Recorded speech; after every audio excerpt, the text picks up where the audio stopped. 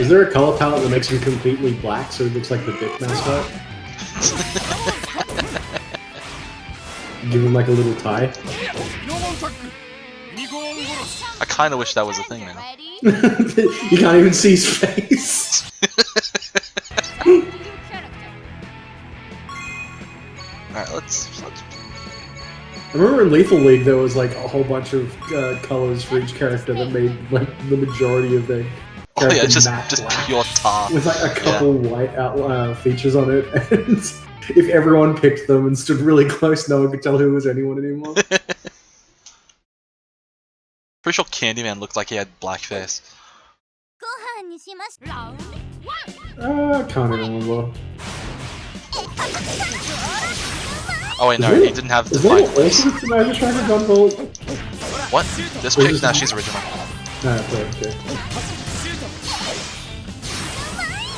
She looks like she belongs in, what's it called? The fighting game with Supersonic in it. I can't remember what it's called. Nitro Blasters? Yeah, that's the one.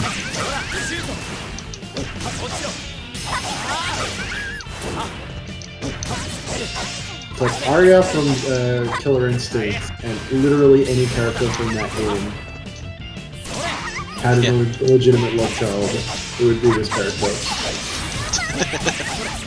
Kind of, yeah.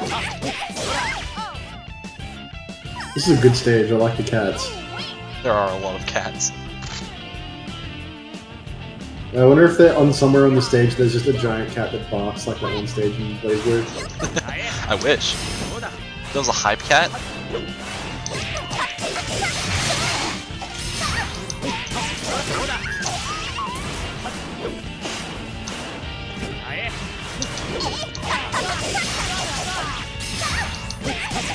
Do they actually go to Pixel and be like, hey, if we took your sprites and like upscaled them a shitload and added in way too much detail, would they actually look like this?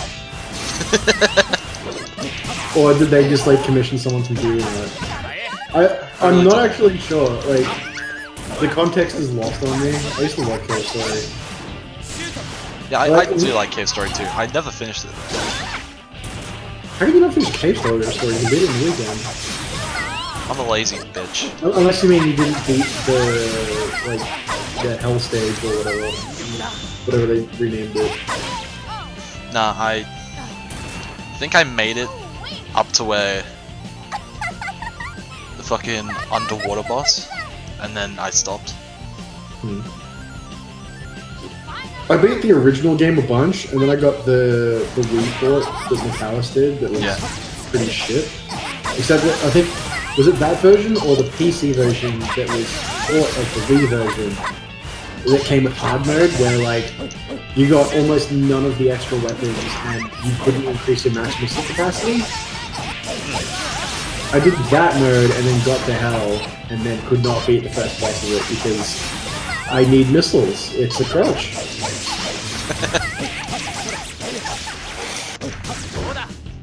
I have no idea what I'm doing. I have no idea what I'm looking at. Ow. Ow. Ooh. U13 got game. Yeah. Like, the keyframing's really good. There's not a lot of in-between frames, but that makes sense. Like, I remember, who was I reading about that was talking... the difference between doing animations for video games, doing animations for, like, you know, TV and movies and stuff, and then doing animation for fighting games specifically are like three different schools of thought. You have to think completely differently about each one. Because in fighting games, they do a really good job of making it look like you've done an animation, but they actually jump frames ahead. Yeah. Because, like, how are they supposed to show off certain moves if they come out in, like, 2 frames? So you just jump to a very recognizable keyframe. I think it's one of the people that worked on Skullgirls was, like, talking about how they had this really fluid animation and they just trimmed a whole bunch of frames out to make it be remotely viable in fighting games. It's like Adam A or some shit. What's his name? I think there were a few people who worked on animation. Like, they got contracted for it. Yeah, I think Adam A was like the key animator there. Was like Terminator on the animation team for that? Maybe. Wasn't Zone on the animation team? It was either the animation team or the art team. I don't remember. I think it was the animation team. I do want to see more about that. Fucking Newgrounds started a game studio. Yeah. So like, it's not the Behemoth. no, it's not the Behemoth. It's Tom Fulp started his own game studio. Okay, because they're doing Nightmare Cops, right? Yeah, Nightmare Cop. That game looks neat. It does look really cool. It's kind of just... It's like Streets of Rage, and that's pretty much it to me. They got a lot of the Sleepy Cabin crew working on the animation that Yeah. which is really funny. And then they got Jeff just like doing voice of the pink guy. Fucking Johnny Utah. Oh my god. I brought you some potato salad. Have bits of avocado tuna in it. Did I just get perfected? Fuck. That happens again, you gotta leave the solo. Shut up. Gonna say GG's when you're done, by the way. That one gets people all the time.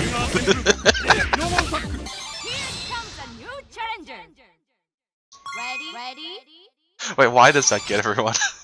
It's one of those things that you point out about just people in general, and everyone realizes they're doing it and suddenly becomes super conscious of it.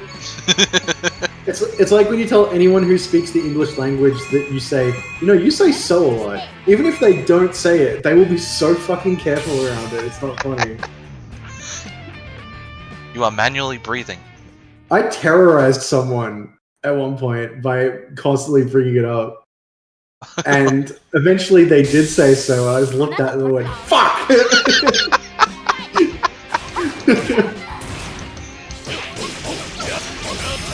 Oh, that's awful. You're fucking gaslighting people. That was gaslighting a coworker. Now that I remember what gaslighting is, yeah, it was.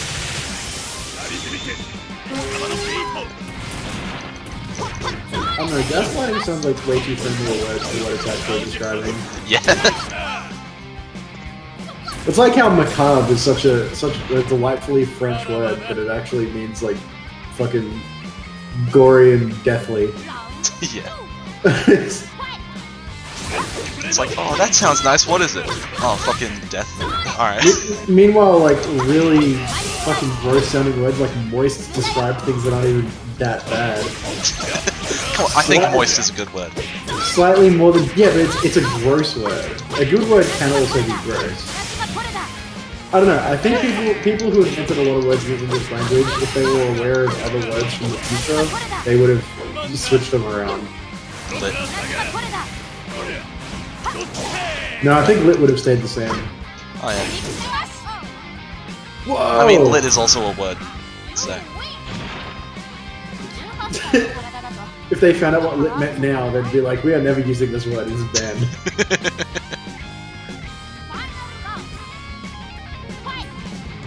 Like if they say it, they get stoned like the Jehovah thing in Life is Brian. Oh yeah. I'd be the leader of that march.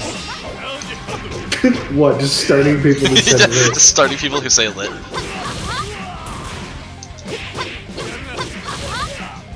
Fuck, that reminds me, one time, my dad was talking with me about a month after I moved in the Vietnam, and he goes, surely you like have this list of things you aspire to do.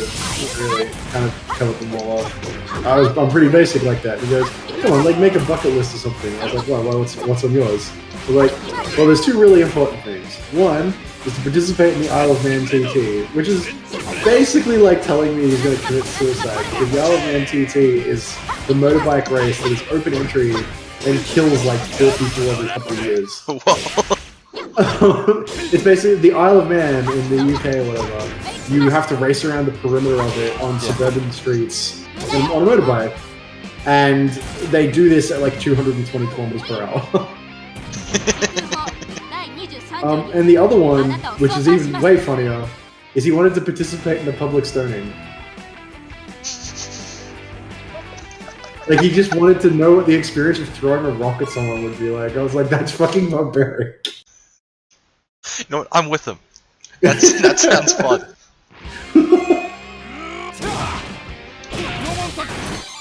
Like, if you're gonna go, at least get someone with you. I like the idea that like he wants to do it. He gets there. He immediately regrets it. Does it once. Pulls out a checklist on a clipboard. Ticks a box and walks away.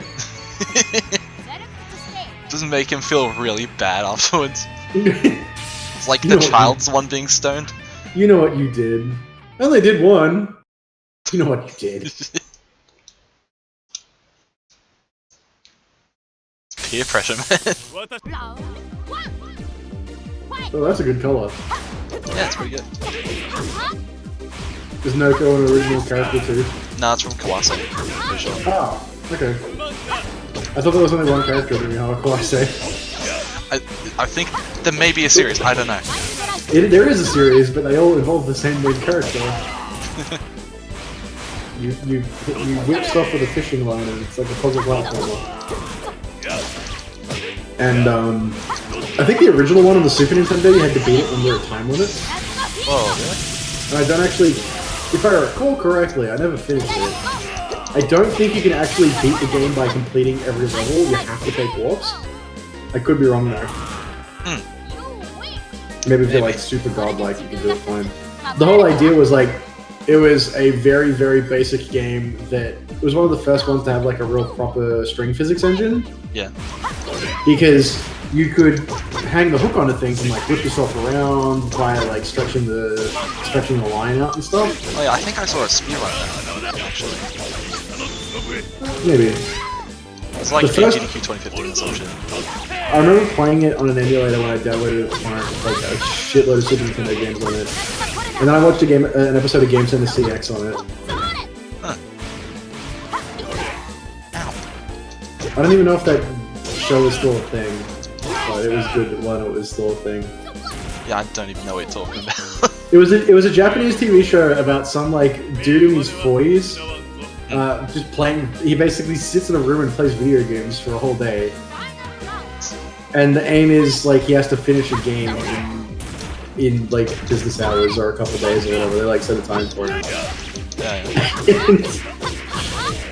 It's funny because I think he's played like old Famicom games, but he hasn't really played a lot. So everything is just incredibly amusing to him. And the way he reacts to all of it is part of the amusement for everyone else. They also make him play like unfairly hard video games. I mean, why wouldn't you? I mean, most of the games on the Famicom were unfairly difficult, but...